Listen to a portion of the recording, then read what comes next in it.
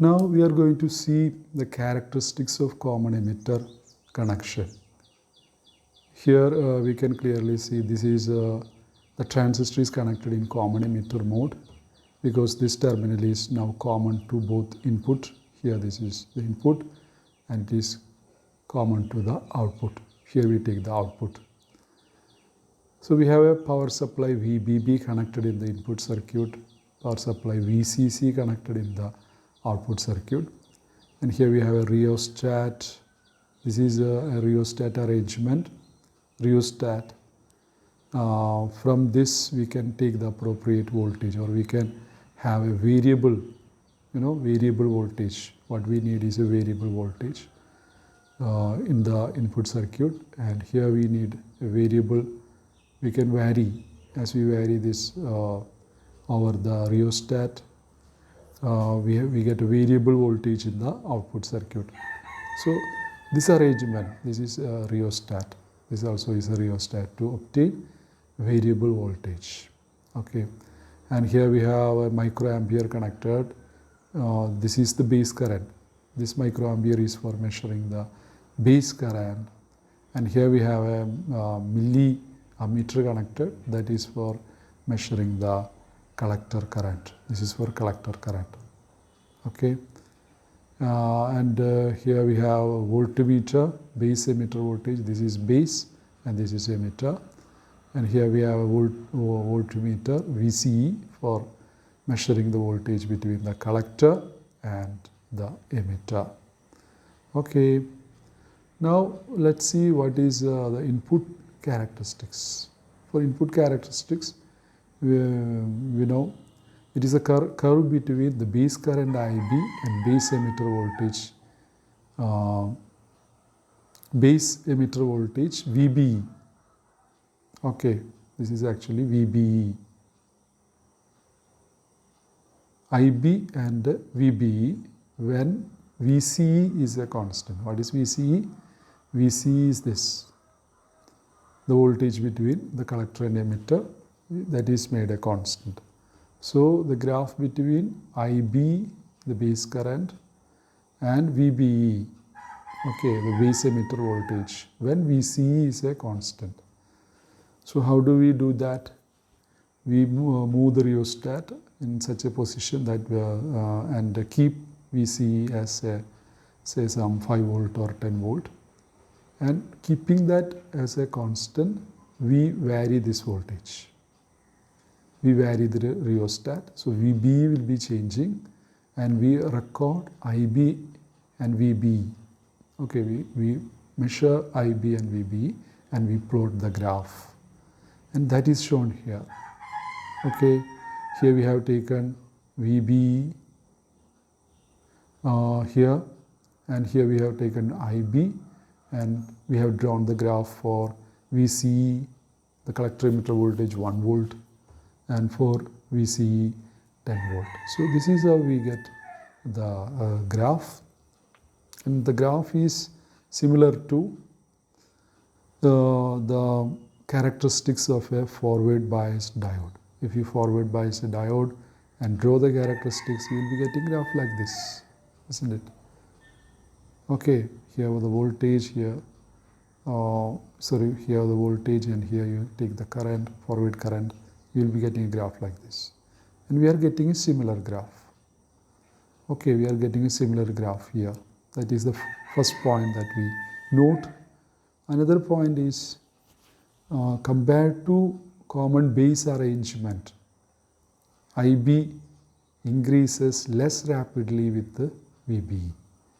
If we compare these characteristics, the input characteristics with the input characteristics of common base arrangement, there also we are getting similar graph, but the base current here increases less rapidly. That means it's increasing less rapidly or gradually than the CB arrangement. That means if you calculate the input resistance, so what is the input resistance? Input resistance, it is the ratio of change in base emitter voltage to the change in base current at constant VCE. Okay, So in the input characteristics, we draw graph between VBE and IB. Okay. So it is Ri is delta VBE by delta IB at a constant VCE. Since the change in the voltage, that is, so that's slow or it's less rapidly changing, this delta VBE will be more. The change in voltage will be more for the change in current.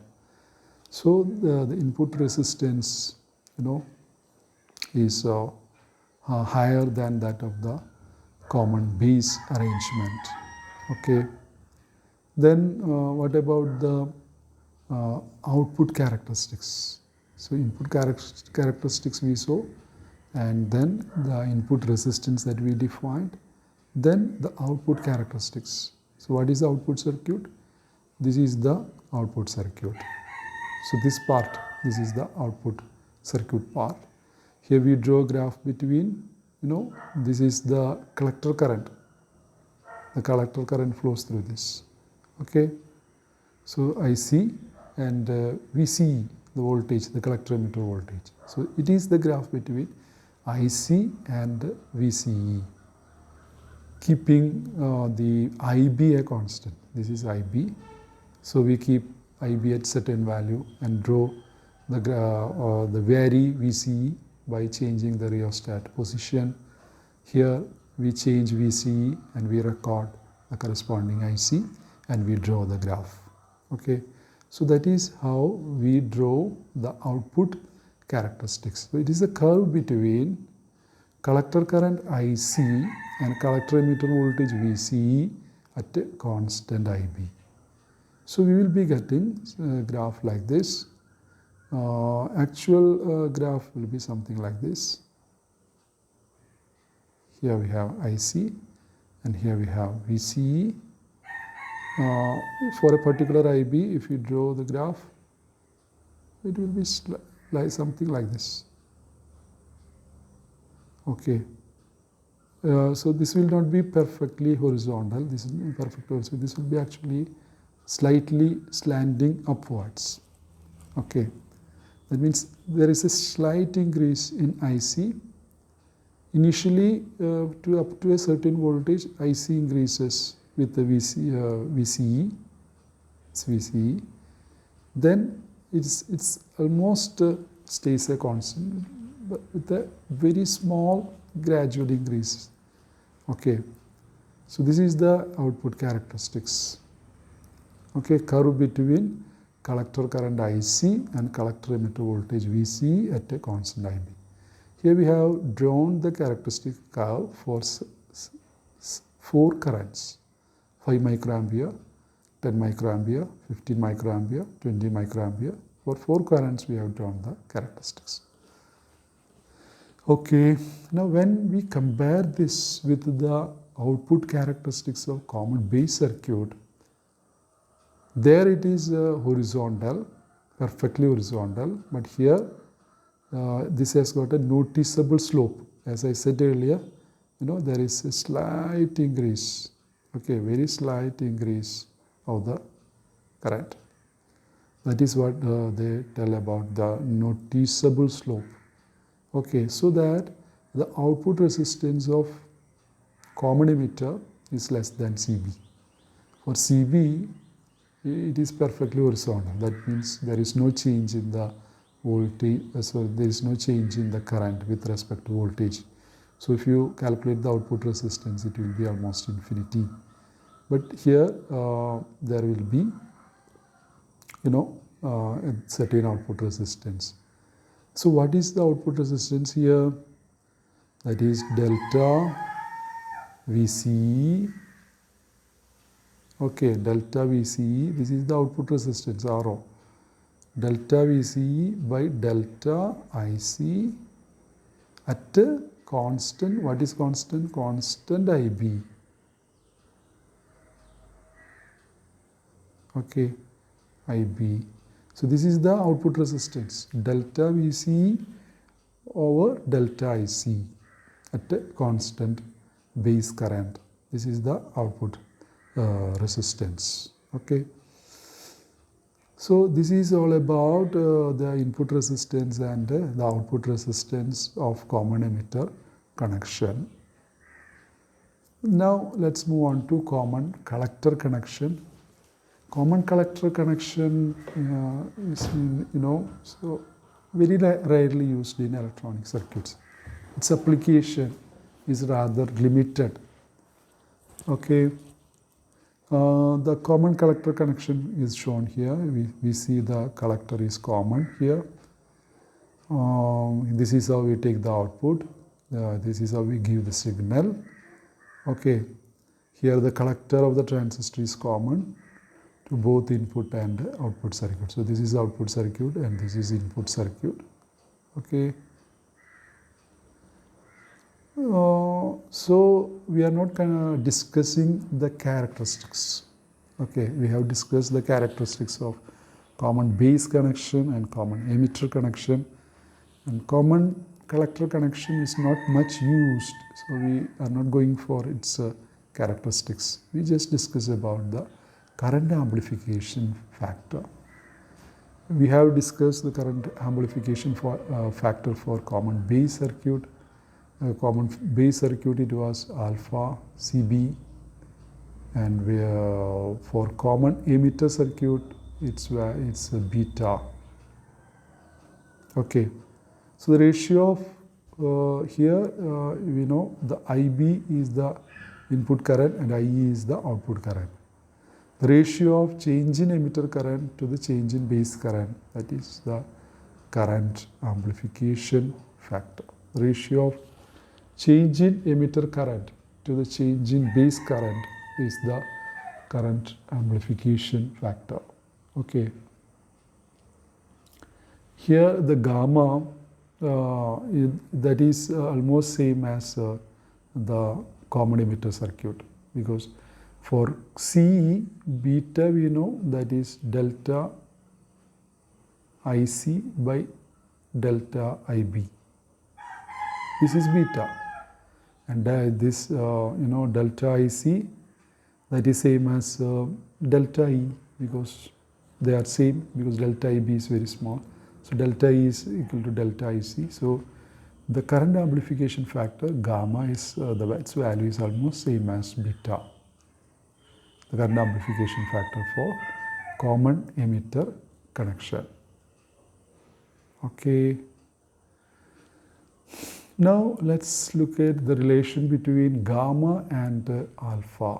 Relation between gamma and alpha.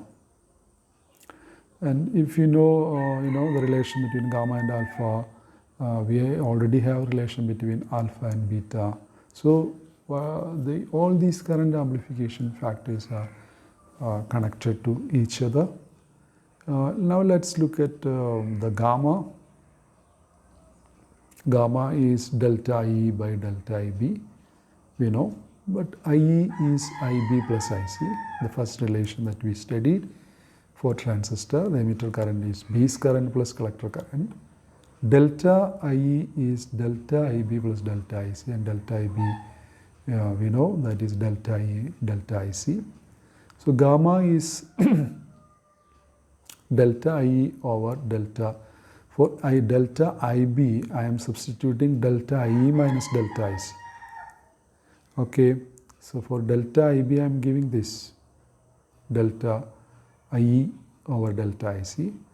So I have this relation. Now I divide both numerator and denominator by delta IE. So if I divide here, I will be getting 1, here I will be getting 1, here delta IC by delta IE. And delta IC by delta IE is alpha. Okay, delta IC by delta E is alpha. So gamma, we know that is 1 by 1 minus alpha. So this is the relation connecting current amplification factors gamma and alpha. Now the expression for collector current. Here already we know we have this IC as alpha E plus ICBO, that we already have this relation. We have seen it earlier. And for IE, I am substituting this again, IB plus IC. So I will be getting IB plus alpha E plus ICBO.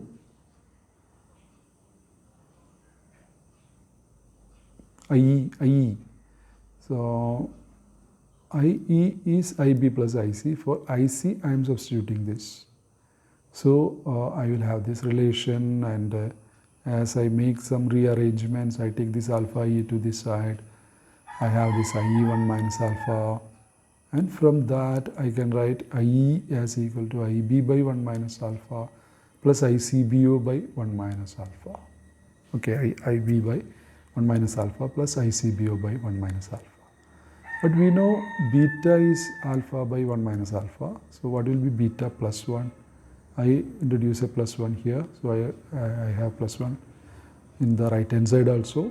So as I cross multiply, I will be getting this relation. So beta plus 1 is 1 minus alpha. So 1 by 1 minus alpha. So for 1 by 1 minus alpha, I am substituting this beta plus 1. Okay, so we are getting IE as beta plus 1 IB plus beta plus 1 ICBO. So this is the IE, the emitter current. Okay, emitter current. The expression for emitter current has been obtained in terms of the base current and in terms of base current. Okay. Now the applications. We know the in high input resistance, the common collector circuit has high input resistance of the order of this, low input output resistance.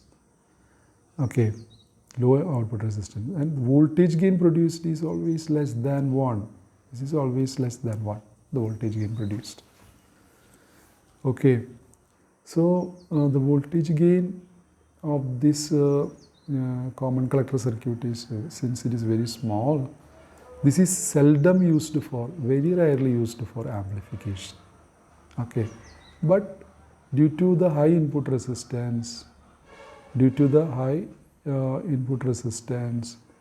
and low output resistance,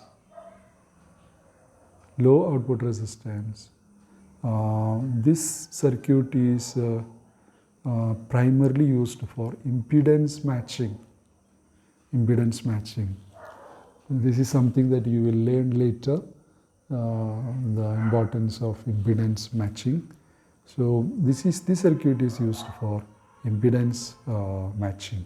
Okay, so this is the application of the common collector connection. Of all the three connections, common base, common emitter and common collector, this is the least used one. Okay.